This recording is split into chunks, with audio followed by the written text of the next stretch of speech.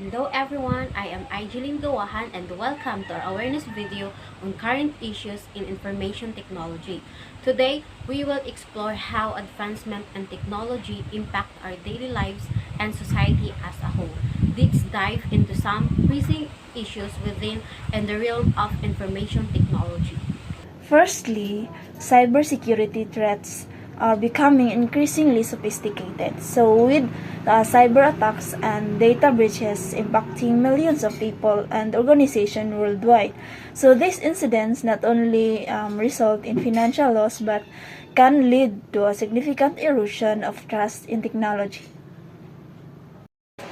Secondly, data privacy is a hot topic as concerns rise about how companies and governments collect and use personal data. Users often unknowingly trade their privacy for access to free services, raising ethical questions that need to address. Additionally, we have the digital divide, which highlights the disparity in access to technology between different socioeconomic groups. This divide affects between job opportunities and even essential services in the digital age. Another major concern is the rise of AI and automation. So while these tools can increase efficiency, they also threaten jobs and introduce ethical dilemmas that we must navigate carefully. Finally, misinformation spread via social media has become rampant, affecting public perception on critical issues from health to politics. Understanding and combating misinformation is essential for a well-informed society. Good evening, everybody. As we navigate our evolving lives, issues demand our attention. We will explore into six vital questions. Through this open discussion and expert insight, we will uncover practical solutions or answer for a safer digital world. So now, to deepen our understanding, we have the privilege of speaking to Mr. Arsenio G. Sayungan Jr. from Kisolon Sunilao, Bukidnon, a leading expert in the field of information technology. Hello, sir.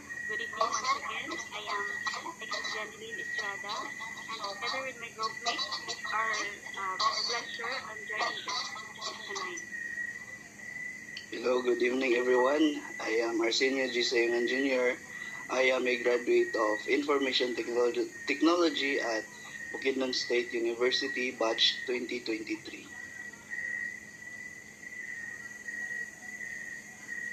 Oh, 2023, last year lang, sir. Yes. Okay.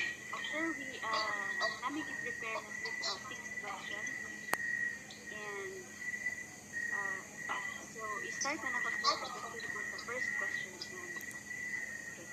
So for the first question, sir, what are the main cybersecurity threats today, and how do they affect regular users? Okay, for the first question, the threats that actually nakakahitabo karon sa atong generation is ang phishing sites. And ang phishing sites it includes fake emails and fake nga mga website. So ang mga kuan niya, yung mga threats sa mga regular people is kanang makuha ang personal data and financial losses. So, with that, sir, may I ask if kung sa imong own experience, sir, is naka-experience ka sa ano na klase ng mga issues, and yun sa mo siya pag-handle? Ay, okay. So, for me personally, wala pa yun ko naka-experience, and thankfully kay wala pa. Kuhan man gud kay kanang nagsugod ko sa technology, medyo bitaw na daanan ako na bala ng mga threats sa cybersecurity, and nadugangan po akong knowledge itong pag-eskwela na ako lagi. So mo nga murag ako na yung kakabala na nako ahead if kana siyang site or nga mga mails is phishing. So wala gid nako siya nakuan, nagian. And okay, sir, let's proceed to the. What do you think about data privacy in our digital world? How can people better protect their personal information? Pardon? Okay, sir. What do you think about data privacy in our digital world? And how can people better protect their personal information? Okay, so data privacy is kuan kanang ako siyang makuan niya mura og imuhang own, ako siyang ma-connect sa own experiences sa kinabuhi. So mura dili nimo siya ma hatag or sana ma-share sa uban if dili nimo siya willingly i-share sa uban. So mo na siya for me ang kanang gi-connect lang ako ang data privacy. And unsa ganito unsaon ang pag protect. Okay. So sa personal info kinahanglan jud ka sa ato ang mga social media accounts o kanang strong password or kanang kinahanglan jud na kay enough knowledge para sa data protection and regulations. For follow-up question, sir, kani about sa atong data privacy law, para sa mga Cha- Shopee. okay, off sa mga. Okay, okay na, sir. Okay, okay. Para sa mga, sir, kaya ang data privacy law na nato is effective in action. If imong i-base kanang sa ginakuan nga if 100% nga kuan ba siya nga enough, dili gyud siya maingon nga 100%, but ang katabang gyud siya sa ato karon ang data privacy law kay dagdag na natabang sa mga regular persons. But if imo siyang i-rate into kuan, murag dili gyud siya maingon nga 100% nga protected ang imong personal information. Okay, sir, for the third question, so how do you see the digital divide and what should we do to close this gap? So sa digital division kanang ga-address man gyud siya ang equal internet access and digital literacy through infrastructure development. Kay lagi ma-divide man gyud ang digital era nato karon or ang kuan digitalized era. Kay dili man tanan sa Philippines paka-access og kuan kanang sana kanang technology, and magyud na siyang dako nga challenge sa atoa diri sa Philippines. And sa ganitong second question mo, Sir, what should we do to close this gap? daghan man mga kuan mga ginahimo ang mga ang government, and naapoy mga companies nga kasulod sa atoa sa Philippines to do business in line with the technology. Kuan kanang ma-close ang gap through kuan kanang literacy development sa bisan pa og makaingon ka wala pa sila diha nga area nakatuon sa technology, but kinahanglan gyud sila nga adtuon kanang ipa-try sila o unsa di ang technology nga atong gakaagian diri sa kuan sa urban areas. Malang. Di ba sila municipal, di ba kato imong ginamit earlier about atong mga government Sila ba ni sila sir? Sila ba to ang mga policy maker na nag-address ani nga mga issues? Pardon? Okay. Nainiabot niya ko turn, sorry. Okay, sir. Katong imong gi-mention earlier, sir, about the government group, sila ba ni ang policy maker na nag-address ani nga issue? Oo. So, kuan kasagara gyud nga mo kuanan na is DICT ang ano sila Department of Information and Communication Technology nga part sa government. So sila gyud nakasagarang mag-install ana and sila pod mismo ang buhat og mga policies, mga rules and regulation about cyber securities. So murag mayon gyud ako nga sila gyud ang gabuhat. And for the fourth question, sir, with more AI and automation, what do you think will happen to jobs and society? So while artificial intelligence enhances productivity, kung usahay it may displace certain jobs like kuan kanang, di ba, it is a part of technology man ang kanang mga transportation.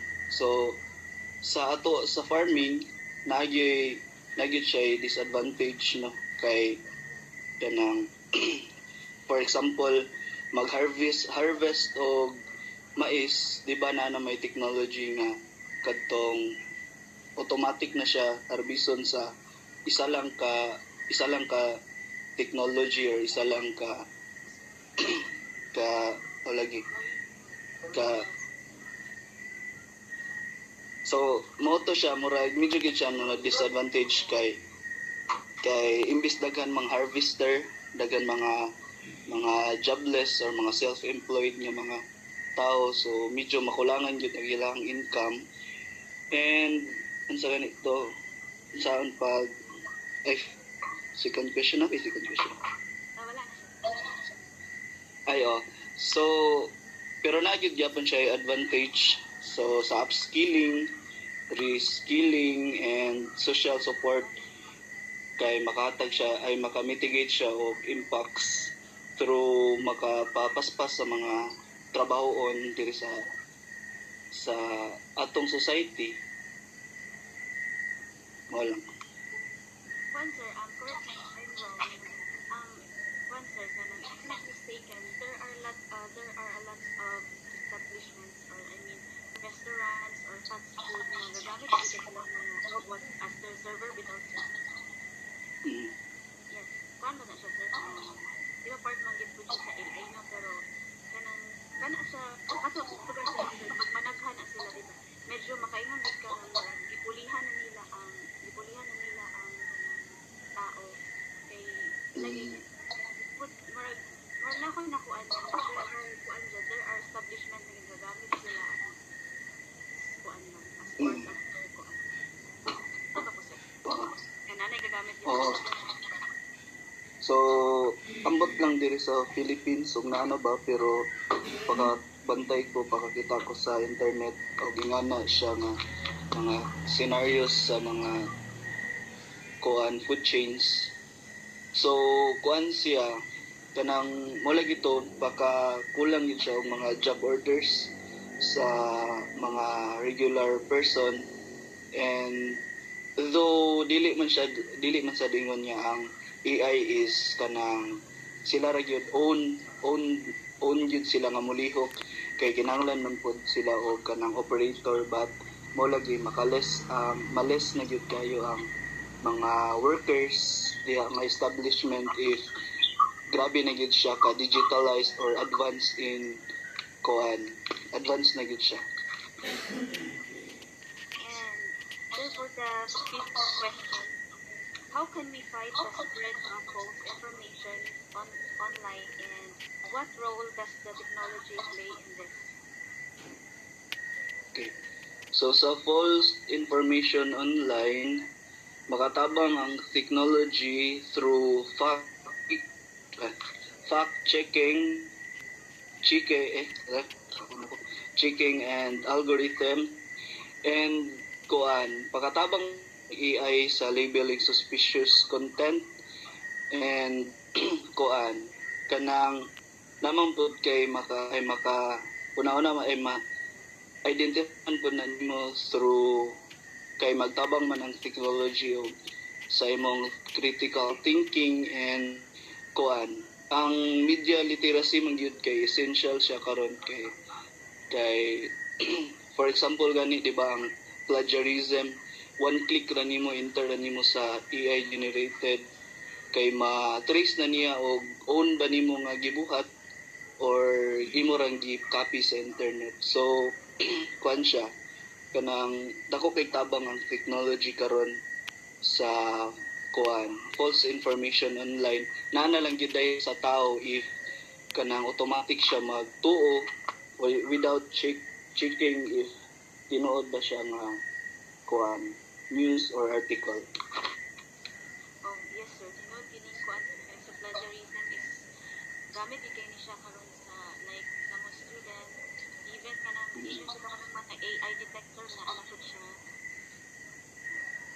Thank you sir. For the last question sir, what advice would you give to people dealing with fast changes in technology?